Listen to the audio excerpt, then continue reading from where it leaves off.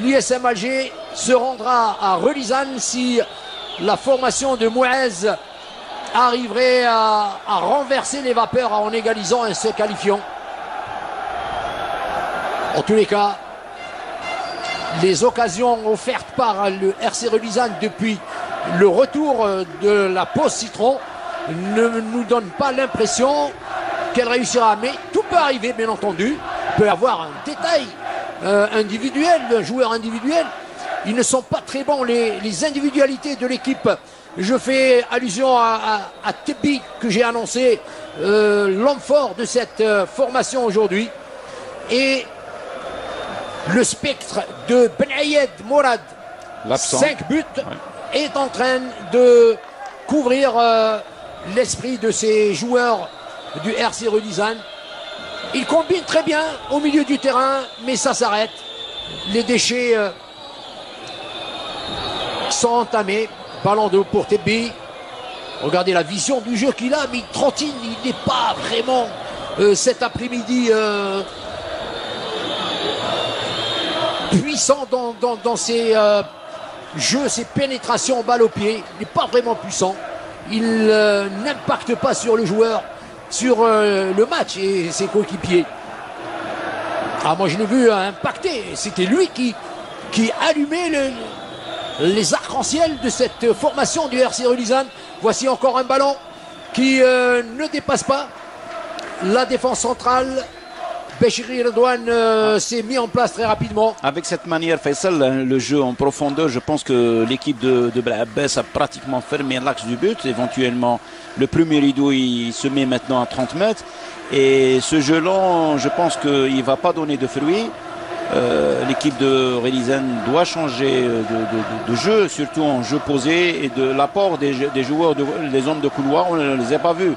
Donc je pense qu'à ce rythme, un jeu lent... Regardez la rapidité de cette incursion individuelle.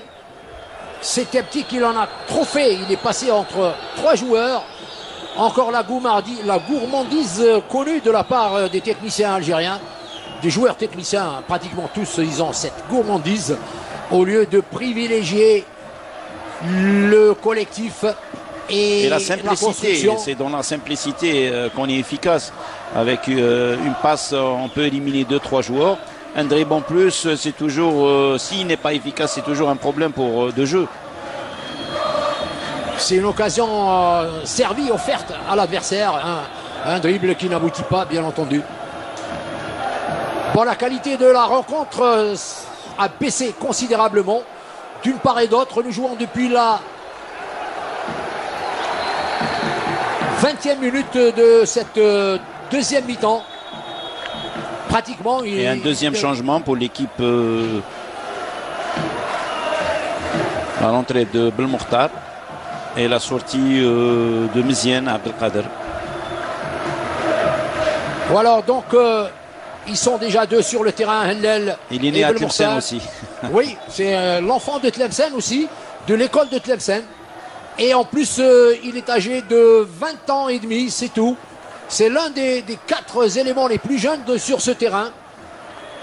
Les plus jeunes, hein, Belabès ne dispose pas de beaucoup de joueurs très très jeunes dans ce match. Bien au contraire, il y a Bougelmouna Habib qui est né en 1995. Zahrat Abdelkader, l'espoir, gardien de but, remplaçant, né en 1994. Tous les restes sont presque des 25 ans et voire des trentenaires. Béchiri, Belgourine remplaçant, Khali, Yerni aussi. Chérifi est né en 1993. Il reste donc dans la fourchette des jeunes, ce qu'on a appelé des moyenne d'âge de 27 ans, 28 ans. Oui, oui, voilà. Donc l'expérience est en train de dicter la politique de l'USM Belabès. Ce choix semble lui réussir. 5e au classement général avec 6 longueurs derrière le leader. Personne ici attendait au début de saison. Personne, absolument personne. Et puis la coupe, évidemment, elle a un adversaire, elle joue sur son terrain. Un adversaire très abordable, le RC Relizane, qui également est capable de décrocher son billet cet après-midi. Il reste encore 20 minutes de jeu. Mais avec, 25 minutes de jeu. Avec cette manière, Faisal, lorsqu'on perd, on récupère le ballon et on le perd juste après, c'est difficile. Pour Olizan, il s'est passé quelque chose. Pour le mental, parce que vous savez, une Coupe d'Algérie, il y a les 90 minutes et aussi il y a les prolongations. Donc il cherche maintenant un but pour égaliser. Mais surtout lorsqu'on perd le ballon, c'est un signe des fois de déstabilisation de l'ensemble de l'équipe sur le plan mental. Pour revenir, je pense qu'il faut l'intervention du coach. Bien sûr, il a fait des changements déjà de joueurs. Il lui reste pas grand-chose. Mais le troisième, ça se pourrait.